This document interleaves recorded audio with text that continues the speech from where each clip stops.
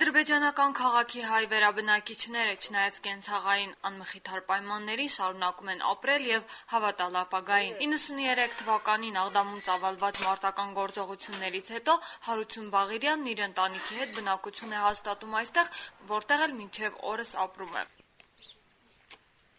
Տեղափոխվել եմ 95 թվականին եւ ստեղ սկսել ինձ համար ոնց որ ստեղծել ապրել էլ այդ այնց։ Դեռ գիմես ոնց է բոստանապան անում ենք, մեր գույչը պաշտպանում են։ Սաղալ պրոբլեմա դե իշնալավսկի ոստերավն։ Լույսը որ քաշեն օրինակ։ Լույսը քաշեն հետո։ Մնացածը մենք անենք։ Դե որ պատմեմ պրոբլեմներ շատ ունենք։ Ոստե չասեմ։ Там պրոբլեմ ունենք։ Ոստե երեխա պահելու դեռ չի։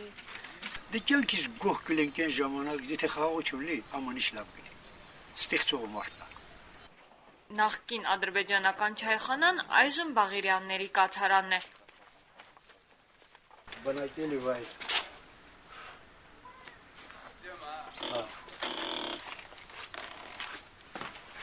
Ես 70 թվականին եկել եմ այստեղ։ Ես ռուսի բանակի ծառայության ժամանակ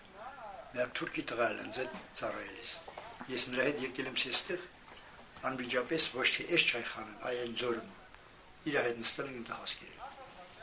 Ես սա հիշողությանս մեջ էլի, որ ստեղ ինչ հարուստ տեղեր են։ Դրա համար էլ իմ միտքս էլ ասել եմ, ավելի լավ հարմարությունս ես շրջակայքները, որ հարուստ եղա։ Դենց եկել ստպրան։ Դե կառուցել ենք մի թիվ եւ ստարտին նստել ենք բնակվել։ Հարությունն այստեղ թե տղայի հարսանիքն է կազմակերպել եւ թե թորնուհի է ունեցել։ Հարությունն ու իր որդին հողագործությունից բացի զբաղվում են նաեւ երկաթ հավաքելու եւ վաճառելու գործով, ինչը տարածված եւ եկամտաբեր աշխատանք է Աղդամի բնակիչների համար։ Վերասից տիժերա նստից քեսուա պելականացի, դա է մի տոնն փողոք ես ընտամ չնապը։ Եշացլի շե պետք է ասենք են քերկլո, վախտային եմ օրնս այդքանը բակում եշացլի։ Արկատ եշացլի երկաթին տեղին դամ ասի օրեկան ունիմա 200 կիլո, մի տոննա ալին քերկլո,